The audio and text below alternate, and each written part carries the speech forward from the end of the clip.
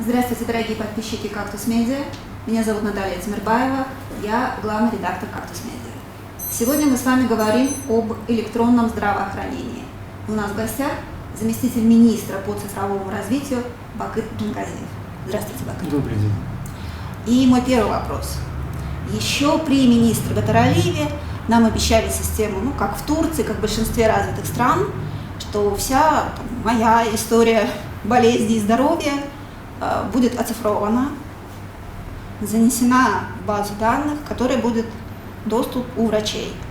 Когда я буду приходить на прием, мне не надо будет вспоминать, в каком году у меня был коронавирус, в каком году я получила прививку по коре и прочее. Вот как сейчас обстоят дела с этой базой данных?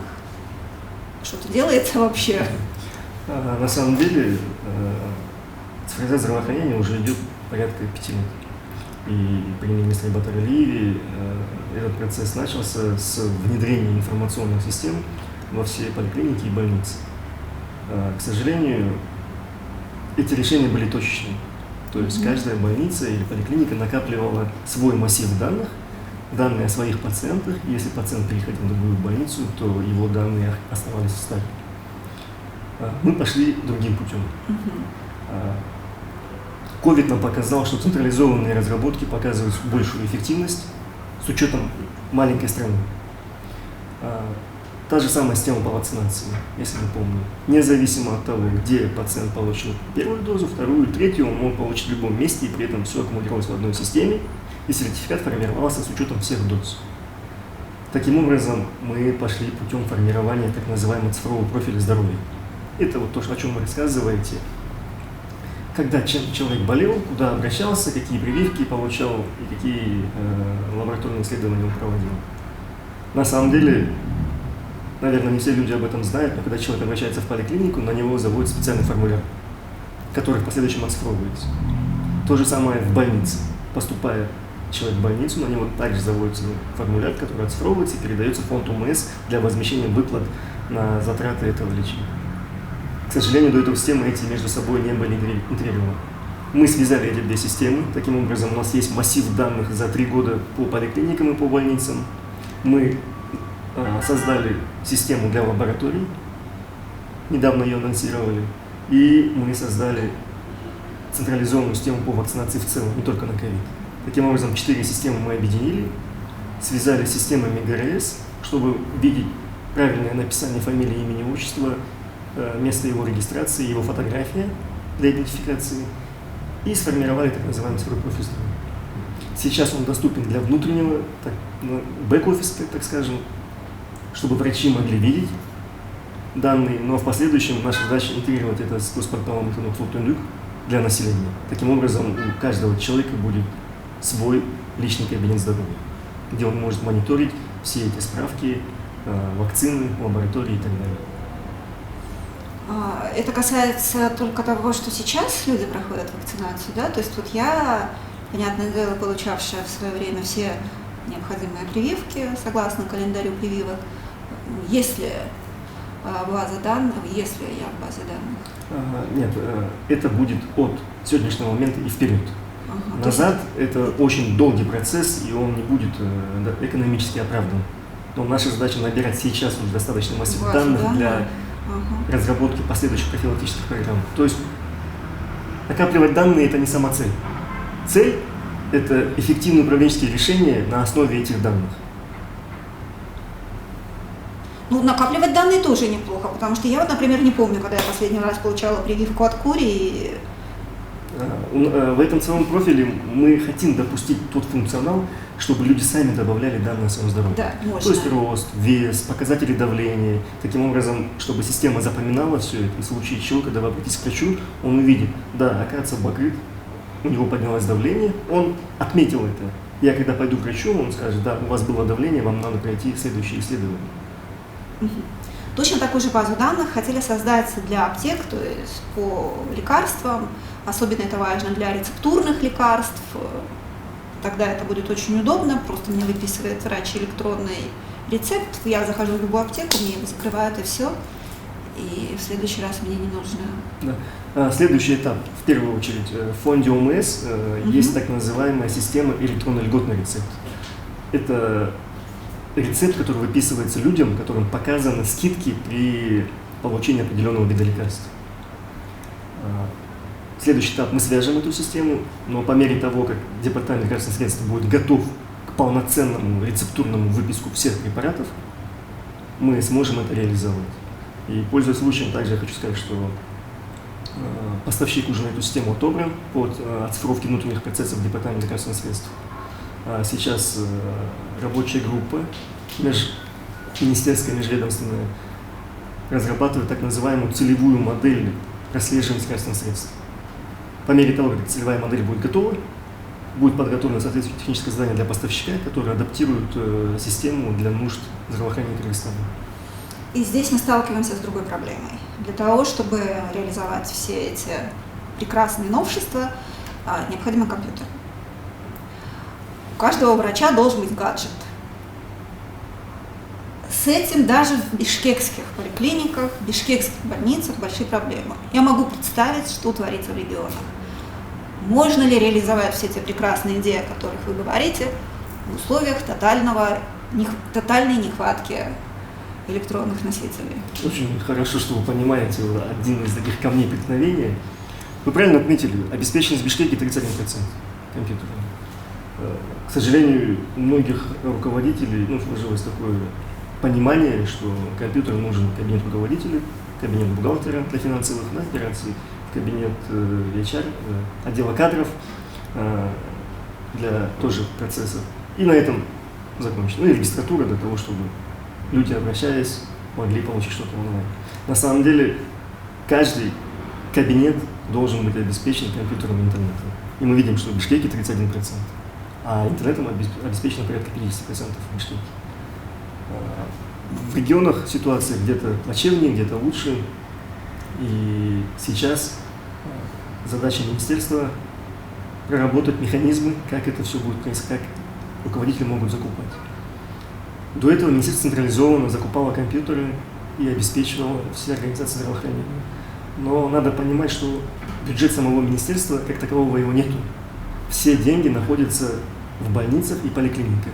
Потому что финансирование поликлиники происходит на основании его населения, которое оно обслуживает, условно говоря, на каждого человека по 500 сомов. Если 100 тысяч, перемножаем на 500, это его бюджет.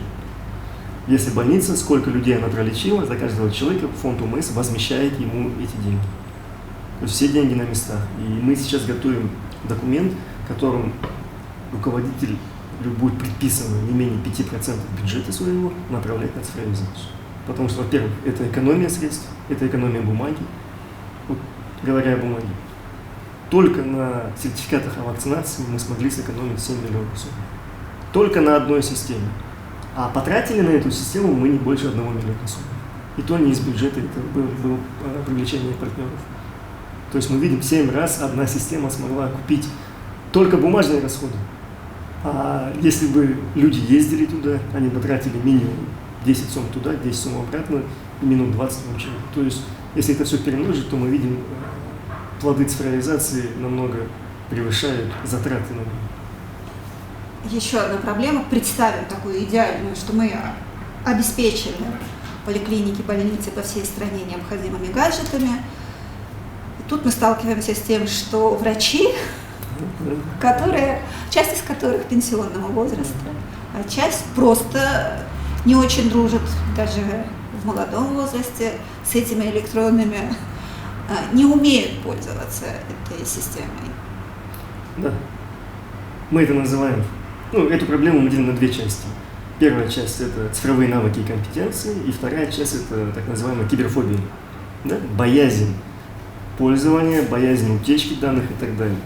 С цифровыми навыками и компетенциями мы в этой части мы проводим обучение. Постоянное обучение, записываем видеоролики, инструкции, публикуем их на специальном канале в YouTube, где они смотрят, обучаются и пользуются. С киберфобией... Это для врачей. Да. Это YouTube вы для врачей записываете. Да. И они пользуются, и вы в это верите. Нет, на самом деле это намного эффективнее. До этого система работала так. Каждый звонил, и каждому приходилось объяснять. Они понимают, со временем понимают. Ну, давайте вспомним, 10-й год. Только появился WhatsApp. Мы пользовались Nokia на Symbian, да? Мы же не думали, что спустя 10 лет WhatsApp станет одним из инструментов вообще в управлении, корпоративном управлении организацией. И бабушки, дедушки активно пользуются. Даже в дальнем селе все связываются с своими родственниками из других регионов по WhatsApp, пересылают друг картинки и так далее. Значит, они смотрят, они пользуются, они могут это делать. Вопрос необходимости. Если они понимают, что мне это необходимо для моей связи с родственниками, они это изучают. Если они не видят необходимости, он скажет, нет, я не умею и не буду этого делать. То есть, Бакыт, вот вы контролируете, вот вы видите и замечаете, что цифровая грамотность отдельно взятого врача растет? Да. Нам в этом помогают также и другие партнеры, которые работают в целом по развитию цифровых навыков и коммуникаций, компетенций. Это вот ПРООН, Месяц цифрового развития. Я думаю, это комплексная работа, и со временем мы должны к этому перейти. Также для этого мы готовим документ о смене парадигмы. Сейчас оригинал документа – это бумажный, да? Мы привыкли. Но мы хотим теперь поменять. Это будет цифровой документ, и врач будет вынужден заполнить его в цифровом виде.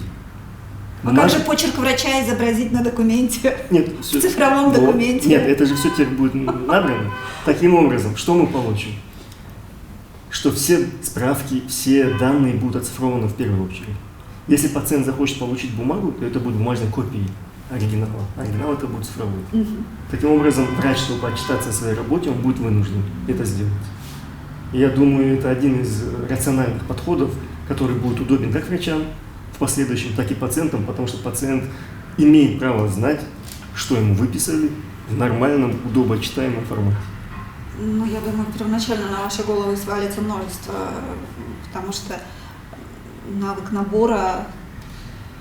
Врачи так долго разрабатывали свой быстрый почерк. Я согласен. Будет много критики, она уже сейчас есть, но, видимо, такова участь нынешнего времени, что мы не можем ждать. Если мы будем ждать, пока все будут готовы, то мы можем бесконечно ждать. Я согласна, что менять-то все равно нужно, цифровизацию, вводить цифровые способы управления необходимо, но тогда необходимо увеличивать срок обслуживания на данном этапе одного пациента. Сейчас регламентировано 15 минут. Да. Мы изучили, на что уходит 15 минут.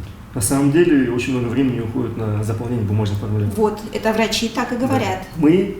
Их 47 видов отчетов, да, которые они заполняют. Да. Мы создали рабочую группу, которая сократила их на 30%. Сейчас их будет 33. Это в первую очередь. Во вторую очередь мы отследили движение этих вообще отчетов. То есть, условно говоря, 52 района собираются, едут все в области, сдают бумагу всю. Потом эти области все аккумулируют и сдают эту бумагу в столицу. Это расходы на проживание, питание, проезд. И плюс отрыв от производства этих специалистов. Сейчас мы сократили, во-первых. Во-вторых, поставили задачу, чтобы до конца года уйти от ненужных расходов на проезд и так далее. Мы хотим перевести подачу отчетов в онлайн-формат. И я ожидаю, что по итогам 2022 года ни один человек в столицу не приедет только для того, чтобы сдать отчет. Пусть приезжают на новогодние праздники, каникулы, отдыхают, но чтобы это не было связано с пережитком советского, привезти папочку, которая оцифруется в последующем и на этом останется. Нет, вот смотрите, вы говорите с точки зрения чиновника, который понимает, что врачу нужно отчитаться. Я говорю с точки зрения пациента. Вот у врача есть 15 минут на то, чтобы посмотреть на меня. А врач, с которым я недавно проводила прямой эфир, говорит, что в эти 15 минут ему даже на меня посмотреть некогда. Потому что вот он сидит и записывает вот те самые бумаги. Он делал это всю жизнь. Теперь то же самое ему нужно сделать. Делать это он не умеет. Это не я, да, полжизни просидевший за компьютером. То есть теперь он вообще даже и ни на кого из нас не будет смотреть, из нас пациентов. Он будет только пытаться вспомнить, где здесь кнопки. Ну давайте вспомним классический кабинет врача. Это врач, напротив него сидит медсестра. И я вот тут сбоку. Да. Если И врач. Два сценария. Врач имеет определенные навыки. Два сценария, хорошо. Да, врач имеет определенные навыки. Первый, о чем я говорил, мы меняем парадигму, мы меняем подход, цифровой оригинал. Если он сразу будет все это вводить, ему не надо будет копировать это на бумагу. Все. Второй, если у врача нет компетенций, навыков цифровых, он может диктовать, медсестра это все будет делать, но он будет смотреть на вас, слушать вас, осматривать и диктовать все это. Медсестра это может все набрать. Мы видим, что в большинстве своем медсестры это женщины молодого трудоспособного возраста. Поэтому я думаю, что у медсестер цифровых навыков гораздо больше, чем у врачей. С нами Бакытжан Газиев, заместитель министра здравоохранения по цифровому развитию. Он рассказывает о том, как это должно быть. Если у вас ваша работа построена не так, вы можете позвонить в редакцию «Кактус Медиа», а мы перескажем вам. Теперь переходим ко второй проблеме, о которой вы уже упомянули – киберфобия. Большинство пациентов скажут: «Боже, нас хотят чипировать, я запрещаю заносить в общую базу данных свои данные, тем более свой диагноз». Большой брат начал следить за нами, когда мы приобрели смартфон в целом. Да? Мы указали свои персональные данные, нам дают таргетированную рекламу, мы вводим туда свои банковские реквизиты, чтобы пользоваться услугами и так далее. Но мы для чего это делаем? Чтобы нам было удобно. Нам показывают ту рекламу, которую мы хотим видеть. Нам показывают те статьи, которые нам интересны и так далее. Здесь то же самое. Это создано для пациентов, во-первых. Во-вторых, все данные, которые мы собираем, они хранятся в специализированных помещениях. Есть определенные требования к таким помещениям, что оно должно быть изолировано, иметь определенный уровень доступа. К самим серверам тоже имеют люди только определенный доступ и так далее. И есть специальный офицер по кибербезопасности в каждой организации, вот, которая имеет у себя сервер. И мы говорим, что утечки данных, риск их сокращается. Если пациент не согласен передавать свои данные, вообще при приписке к поликлинике определенной, люди, не замечая, подписывают один документ. Это лист согласия на обработку своих персональных данных. Кто видит, тот видит, да, что его данные, если он не согласен это делать, его данные не будут оцифрованы, но тогда он будет сталкиваться с определенными проблемами. Он не сможет получать онлайн ни сертификата вакцинации, ни лабораторные результаты, ни иметь доступ к своему профилю и так далее, потому что у него все будет пусто. И ему надо будет очно ездить в каждую поликлинику и собирать эти документы. Наша задача, в первую очередь, мы же оцифровали уже справки о состоянии и несостоянии на психиатрическом и наркологическом учете. Цифровизация, автоматизация получения их справок в совокупности дает порядка 30 миллионов сомов ежегодно экономии для пациентов, не для нас, для пациентов. И порядка 30 тысяч человека-часов, чтобы поехать и получить. Я посчитал 20 минут. Кто-то час, два, три ходит. Это минимально. И если он согласен все это тратить самостоятельно и ездить, то это его право выбора. Я думаю, что все равно вы столкнетесь с большим сопротивлением со стороны... Мы сталкиваемся, это не секрет, сопротивление со стороны медработников, потому что могут перекрываться определенные механизмы давно устойчивые, да, отработанные. Да, это тоже проблема. Сталкиваемся с сопротивлением со стороны пациентов, что они не хотят.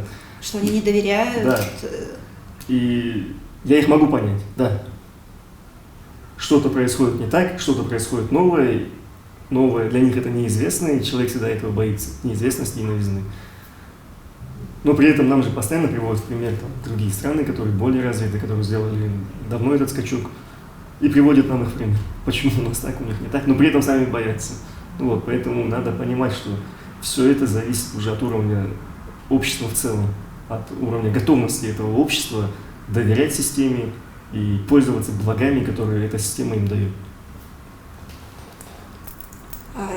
В рамках цифровой медицины еще идет речь о телемедицине. Когда этот термин прозвучал впервые, олдскульники, люди, которые еще помнят личик Чумака, представили, как они будут сидеть перед телевизором, и им будут заряжать воду. Чем телемедицина современности отличается от той? На самом деле, очень много было попыток запустить телемедицину в нашей стране.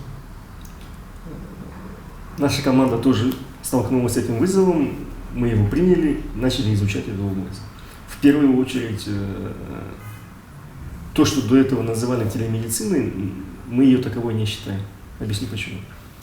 Как она сейчас происходит? Это Zoom, WhatsApp, Skype, да? Что-то такое. Но и тогда мы не можем защитить ни права пациента, ни права врача. Так? Поэтому необходимо регламентировать, создать благоприятную нормативно-правовую базу. За что несет ответственность врач, когда он оказывает телемедицину? Где запись сохраняется, что именно он порекомендовал сделать вот это, вот это, вот это. Какие права есть у пациента, какие у него есть также обязанности. И плюс телемедицина еще и подразумевает за собой наличие удаленное мнение, да, то есть врач-пациент с этой стороны, другой врач более компетентный с другой стороны.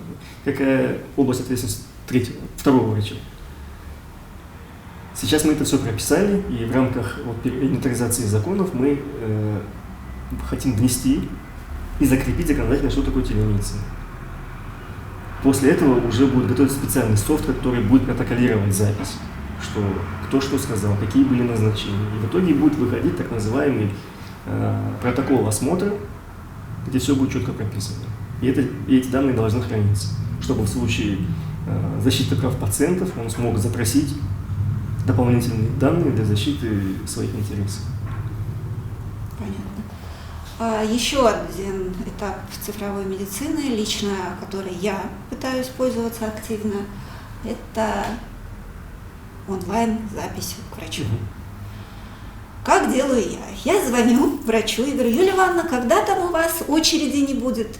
Она говорит: вот на это время, на 17:20 запишись. Я открываю электронную очередь, записываюсь и потом прихожу. В чем проблема? Потому что если записаться на удобное мне время, то там будет живая очередь, которая состоящая из бабушек, которая скажет, что молодая, постоишь.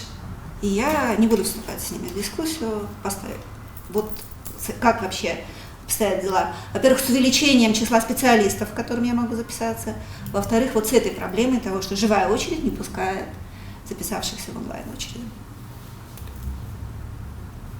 Давайте вспомним. Пилот по электронной записи запустили в декабре 2019 года. Это спустя месяц мы узнали, что нам не совсем на электронной очереди. Наша команда также изучила эту систему, потому что мы столкнулись со шквалом негатива, я буду так это называть, что система не совсем корректно работает. Записаться можно тремя способами. Да? Позвонить врачу, как вы это делаете, позвонить в регистратуру, либо напрямую записаться. Вы комбинируете. Вот. На самом деле, те люди, которые онлайн записываются, они минуют регистратуру.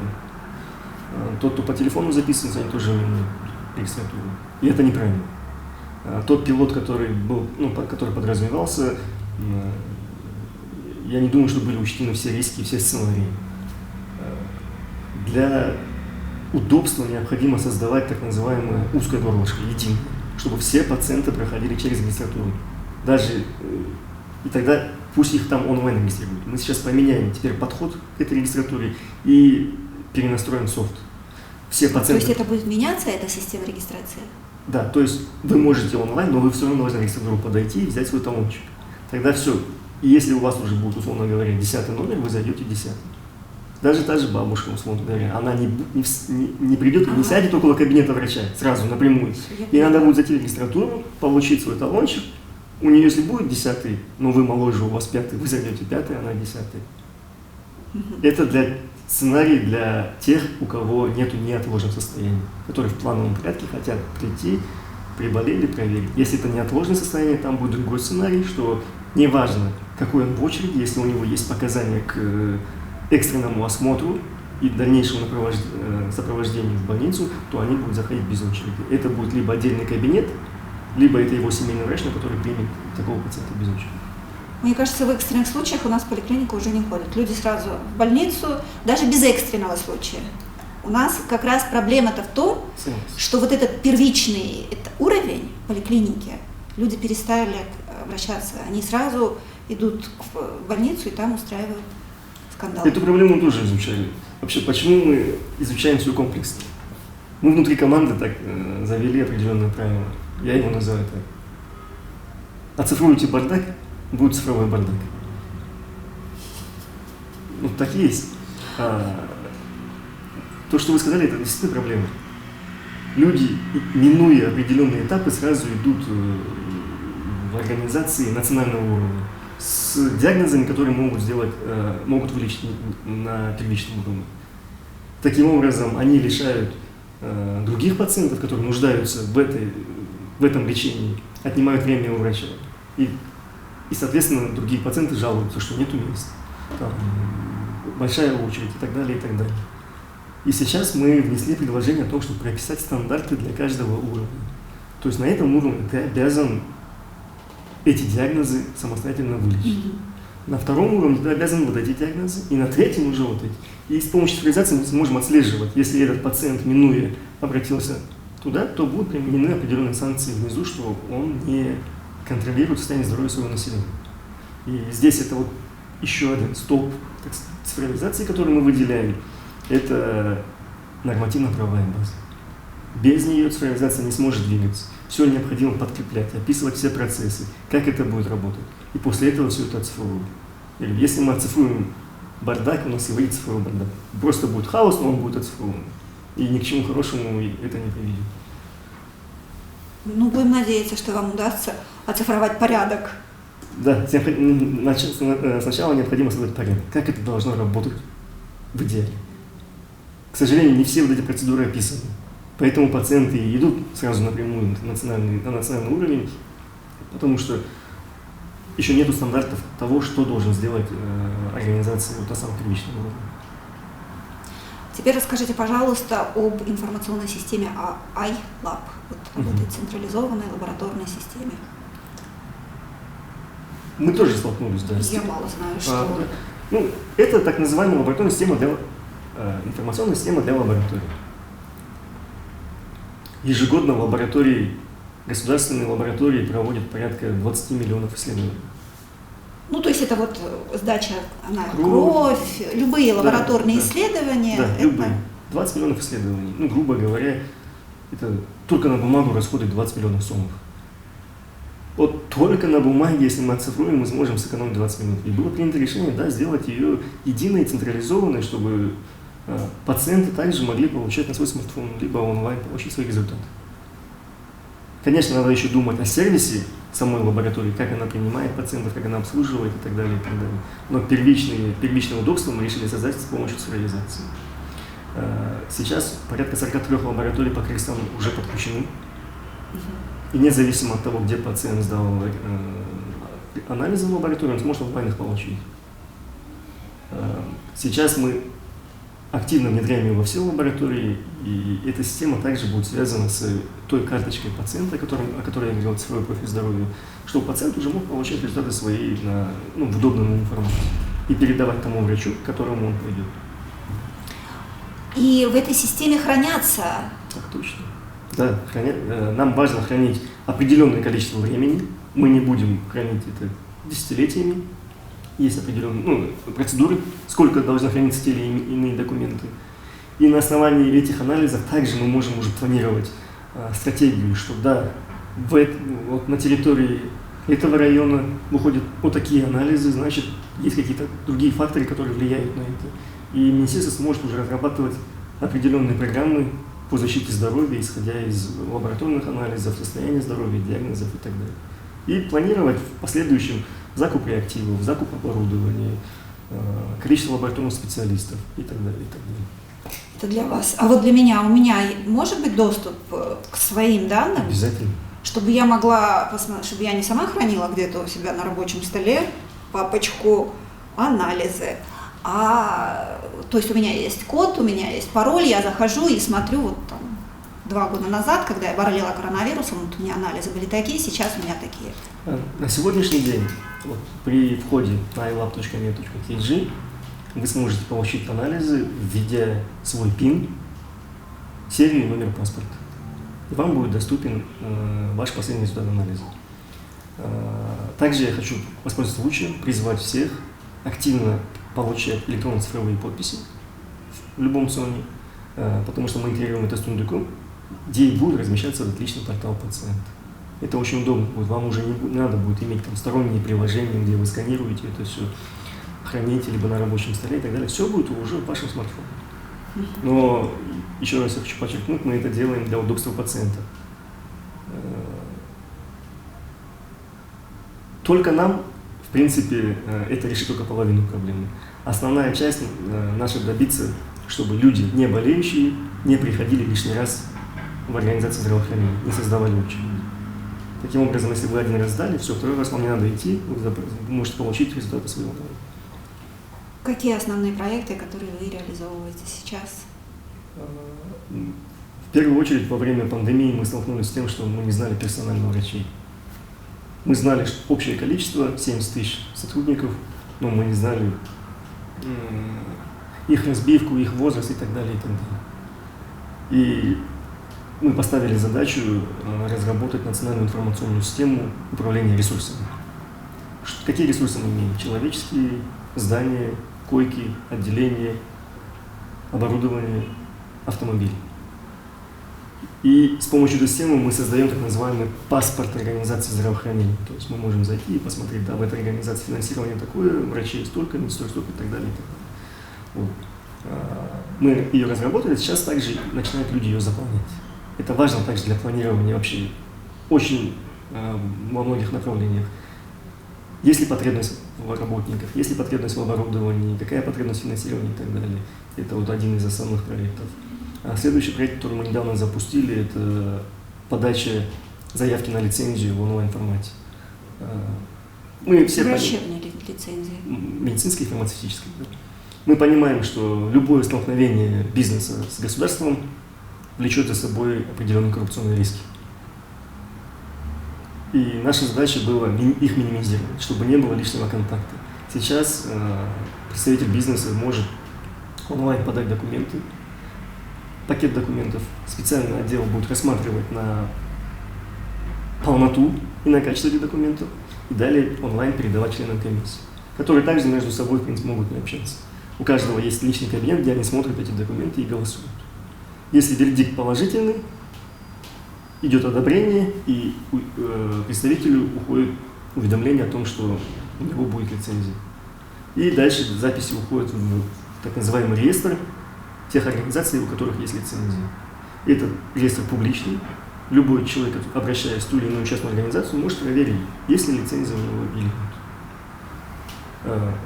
Еще один проект, который мы недавно тоже реализовали, это так называемое медицинское свидетельство о рождении и смерти. Это один из основных документов для получения двух важных документов в жизни. Это при входе в жизнь и уходе. Сегодня до этого как обстояло дело? Молодая мама рожала. Если справку. Да, если есть в этом роддоме представитель ЦОНа, то она могла получить там. Если нет, то она брала справку и потом шла в ЦОН, все это сдавала. Сейчас мы все это автоматизируем и автоматически отправляем это в ЦОН. Следующая задача вот в этой рабочей группе. Мы узнали, что у ЦОНа есть платная услуга, это доставка документов на дом. То есть, если мама готова назвать своего ребенка в роддоме, она может все это заполнить, оплатить ту сумму, сколько стоит эта платная услуга, выписаться и к ней домой привезут ей документы.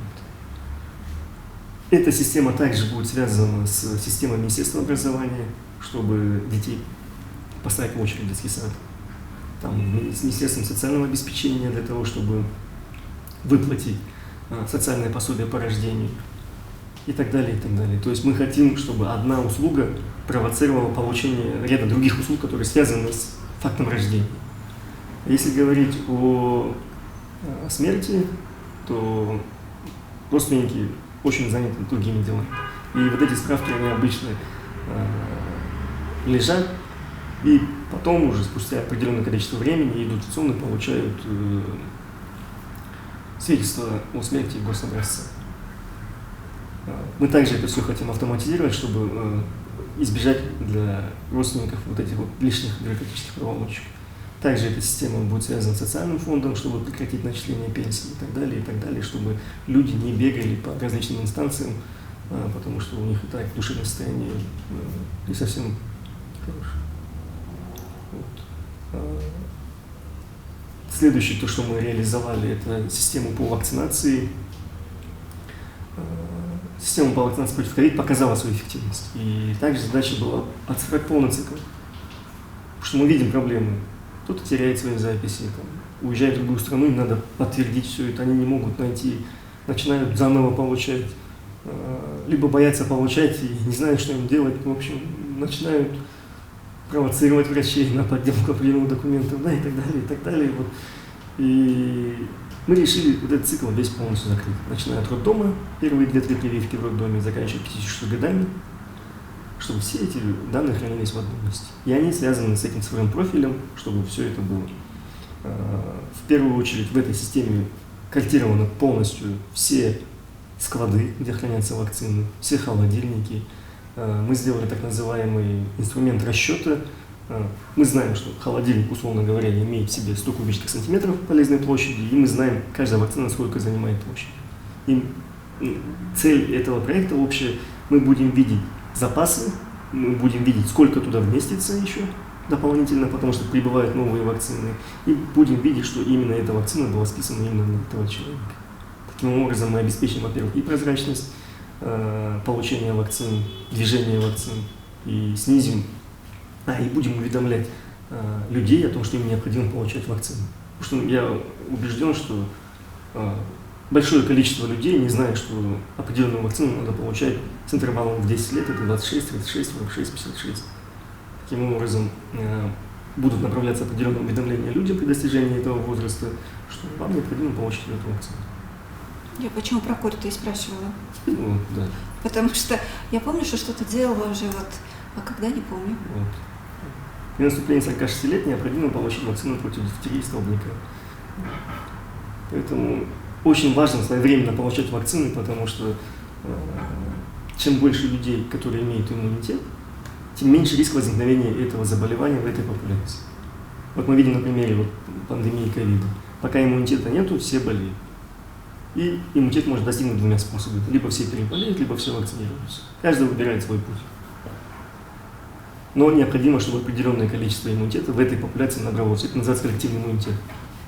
Вот. И если люди не будут получать вакцину против дифтерии, то мы можем ожидать вспышку дифтерии в этой популяции. А дифтерия достаточно страшная болезнь, при которой дыхание затрудняется настолько, что человек задыхается. И тут уже никакие вентиляторы не помогут. Необходимо будет открывать горло, чтобы вставлять трубку. Все понятно. Планов у вас много, надеюсь, что хотя бы часть будет реализована в ближайшее время для того, чтобы упростить работу как врача, так и жизнь пациента. Нет, то, что я вам рассказал, это не планы, это то, что сейчас уже внедряется. Я буду надеяться, что они начнут работать так, как... Да, поэтому мы на самом деле мониторим. Как вы хотите. Мы мониторим и ваше агентство новостное, и другие. Потому что люди к вам обращаются, говорят, тут не работает, тут там не работает, вот это не работает. И мы проводим работу уже с руководителями на местах. Поэтому публикуйте такие новости, мы на них обращаем внимание и говорите, что необходимо исправить, что не работает, что будет более удобно. Кстати, мы недавно обновили сайт министерства и руководствовались теми статьями, которые были опубликованы у вас, да? Потому что вы описали, что необходимо пациенту, что необходимо врачам и так далее, и так далее. Поэтому вы наш один из основных помощников вообще при контакте с населением. Так что, дорогие подписчики, пишите нам активнее, что не нравится. Мы вас слышим, оказывается, и Министерство здравоохранения слышит вас тоже и учитывает все наши жалобы при своей работе. Спасибо вам, Бакыт. Спасибо. С нами был Бакыт Жангалиев, заместитель министра по цифровому развитию. Мы говорили о цифровом здравоохранении и его перспективах в Кыргызстане. Спасибо вам, удачи. Спасибо. До свидания. До свидания.